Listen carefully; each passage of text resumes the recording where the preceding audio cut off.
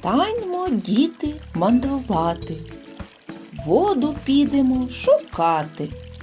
У дощі її знайдемо, до ставочка підійдемо.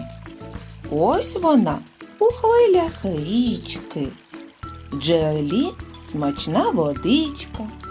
Океанище згадали і до навчання посідали.